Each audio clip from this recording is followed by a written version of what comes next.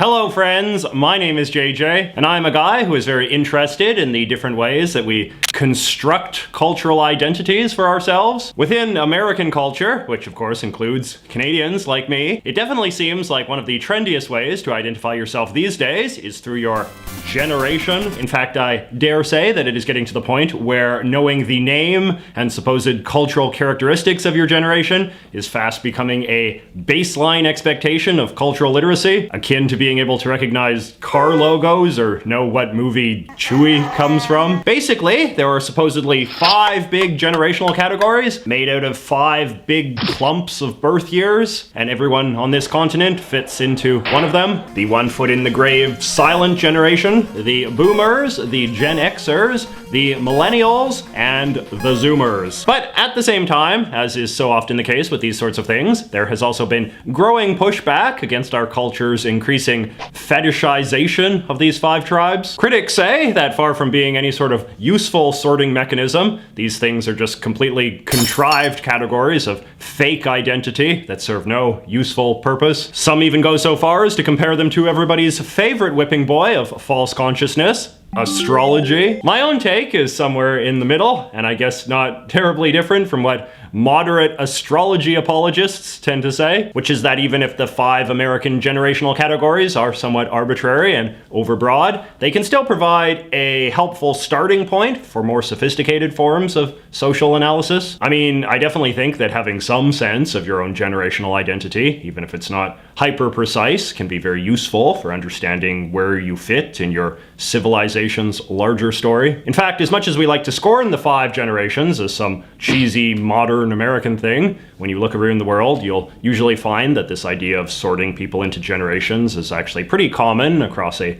broad range of countries and cultures. Just because forming identities for ourselves, in contrast to people older and younger than us, is one of the most base instincts we have as humans. Okay, so let me tell you a little bit about myself. I was born on July 17th, 1984. According to most mainstream sorting metrics, that puts me somewhere on the older end of the Millennial generation, somewhere close to the transition point between Generation X and Millennial. In fact, and here we are already getting into the fundamentally imprecise nature of this whole exercise, some charts even put people like me into a special in-between category known as Xennials, which sort of has the same energy as those people who go around saying, well, you know, some charts say I'm a Scorpio, but some charts say I'm a Libra. In any case, these days, a lot of the American generational categories are primarily understood as signifiers of your taste in pop culture. And in that sense, I do sometimes feel a bit more Gen X-y than Millennial. The whole grunge music scene was very present when I was growing up, and that's considered this very fundamental Gen X thing. And I have strong memories of watching iconic Gen X movies like The Goonies and E.T., as well as playing horribly primitive Gen X video games like the original Super Mario Brothers. But on the other hand, I also have strong memories of a lot of stereotypical millennial pop culture as well, like Nickelodeon cartoons, sitcoms like Friends, and slightly less primitive video games like Super Mario 64. As you can probably tell, my childhood and teenage years were mostly happy and comfortable with plenty of material luxuries. So in that sense, I mostly just identify as being a product of the peace and prosperity that reigned in North America for much of the 1980s and 90s, above any more precise generational subcategory. Now, part of the reason why I am in this slightly ambiguous spot is because my parents had me at a relatively old age for members of their generation. Both of my parents were born in the late 1940s, which puts them right at the beginning of the boomer generation, so named after this big boom of babies that were born right after the end of the Second World War. My father's family I usually think of as being relatively stereotypical, multi-generational, middle-class Canadians. The McCulloughs had already been in Canada for over 100 years by the time my dad was born, which I think is relatively common for white Anglo-Protestant Ontario families like his. My father's father served in World War II, but he never saw direct combat. He did something to do with weather weather monitoring in England or something. Historians sometimes say how a lot of us in the former Allied nations are the descendants of a lot more boring World War II veterans than we like to admit, just because a lot of the people that did the most dramatic fighting were killed or crippled and didn't wind up having families. My dad's mother, who only died relatively recently at the age of 97, worked in a munitions factory during the war. My father's always been quite proud of being the child of people who served their country during World War II, which I think is fairly typical of boomer men over here. The moral crusade of fighting Hitler and the Japanese became very sentimentalized by the boomers, which is why every second show on the History Channel is about Nazis. Politically, my dad is quite conservative in a typical boomer way, but he will occasionally make reference to going through a radical rebellious phase in the 1960s, which is another very stereotypical hallmark of his generation. Very good boomer, my father. My mother, however, is somewhat less so. She's an immigrant from Holland who moved to Canada as a kid and comes from this very idiosyncratic and eccentric family of people who don't really conform to a lot of recognizable generational stereotypes. But I guess you could say that they were stereotypical in the sense that they were part of a significant wave of Europeans who moved to North America after the war. Holland sent a lot fewer people than places like Germany or Italy or Russia or Poland, but in the end, the result is still me having a couple of European immigrant grandparents, which is a pretty relatable experience for a lot of white millennials, particularly ones like me, who were born in a big city where a lot of immigrants tend to move. Growing up comfortable and middle class and male and white in a first world country, a lot of the generational signifiers of millennials like me tend to be material rather than experiential, like they were for my parents and grandparents. The traditional way we talk about this is by focusing on our unique pop culture obsessions, like I mentioned earlier. But another big thing was this whole idea that mine was the first generation that was good at technology in some broad sense. We were the first generation who grew up around a lot of sophisticated electronic gizmos like VCRs and video games and personal computers, which meant we weren't intimidated by them, which often impressed older people who found tasks like setting up the Laserdisc player to be a baffling ordeal. But significantly, my gang also came relatively late to the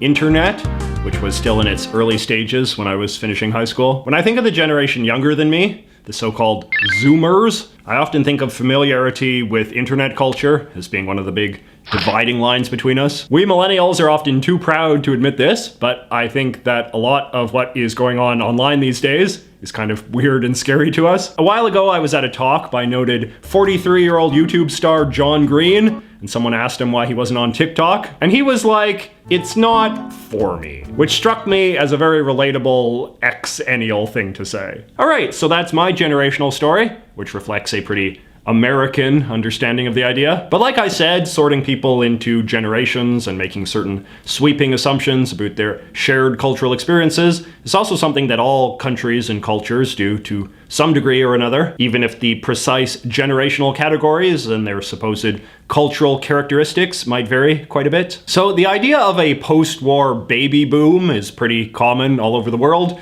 given it happened in response to, a world war. But the generations that came after can vary a bit from place to place. The communist government of China, for instance, famously introduced a one-child policy in the early 1980s to limit overpopulation, and this has had some interesting consequences for how they think about generations over there. Basically, you had a big burst of boomer Chinese parents having their one allowed kid in the 1980s and 90s, followed by a steep decline in births that continues to this day. And as a result, you have this rather sharp cultural divide between a generation of spoiled only children who grew up in China's prosperous recent years versus their parents, who grew up during the Maoist dictatorship and had to share everything with much larger, poorer families. Middle-class Chinese boomers sometimes derisively call their kids the little emperor's generation because of how cushy their lives seem compared to theirs. But it's not just China that has dealt with this sort of phenomenon, of course. Dramatic changes in the so-called fertility rate,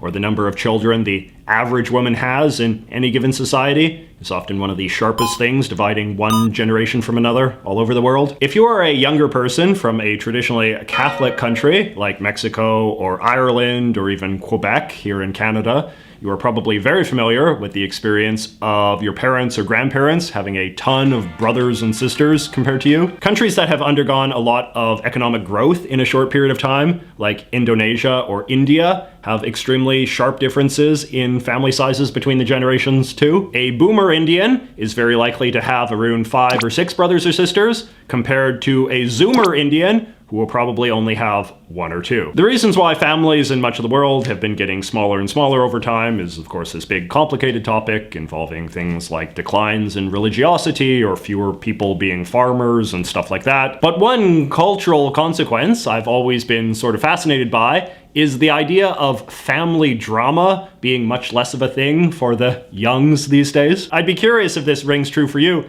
but I know that one thing that often makes me feel very distinct from my parents or grandparents is that I don't have this gigantic cast of in-laws and nephews and cousins and so on to deal with the way that they did. Generational cultural differences can also heavily revolve around politics, which is something I talked a bit about in my pair of award-winning videos on eras of history. According to the International Parliamentary Union, the average global age of a politician is 53, which means that most of us are living under the rule of boomers or older Gen Xers, which in turn means living in a political culture shaped by their unique generational preoccupations. The political commentator David Frum once had this great line where he said so much of modern politics is just endlessly rehashing debates from the 1980s about problems from the 1970s. In parts of the world that have only gained colonial independence from Europe relatively recently, like Africa, Asia, or the Middle East, it is popular to make big assumptions about the character of the generation that grew up under foreign rule versus those who have only known freedom from it. A similar thing is common in countries that went through some period of dictatorship in the 20th century, in which the older generation will often make the experience of suffering through it and striving for freedom a central part of their generational identity. For instance, I recently came across this quite moving video on YouTube in which old people from the Philippines tell Filipino millennials about all of the horrors that they experienced under the regime of Ferdinand Marcos. But that said, of course, a lot of dictatorships only stay in power because they have a lot of collaborators among the public. I've read that a lot of German boomers had quite cold or bad relationships with their parents, many of whom, of course, would have been Nazis, and that this created a generational trauma that may still be affecting Germans to this day. The idea of a generational trauma is basically the idea that some generations are so messed up by experiences distinct to their age group that they in turn pass on unique dysfunctions to the generation below. So for example, there's a lot of debate in the United States about the degree that the trauma of African slavery, which only ended in the mid-19th century, is still present in some form in the great-great-grandchildren of the enslaved. Some people find this a kind of ludicrous concept because it can kind of sound sort of metaphysical, as if trauma travels genetically through people. But the actual argument is more just that our behavior and values are shaped by our experiences, and that if a large generation of people all lived a similar sort of life that pushed their behavior and values in one direction, then it logically follows that their children would all be a certain way too, and so on. But this, of course, starts to raise all sorts of larger debates about the degree we are all the individual masters of our own destiny versus to what degree we are just the fixed products of our environments. And then before you know it, somebody's making astrology analogies again, so this is probably a good place to end. So in this video, I told you a bit about myself and my family and the degree that I am able to understand all of us as representative samples of certain historic generations. And in the comments below, I'm hoping you can tell me some of the ways in which your life and the life of your parents and grandparents are also representative of certain stereotypes commonly associated with the discrete generations where you come from. Or if you maybe think this whole way of sorting people is just a lot of bunk, you can tell me that too. Either way, I will see you next week.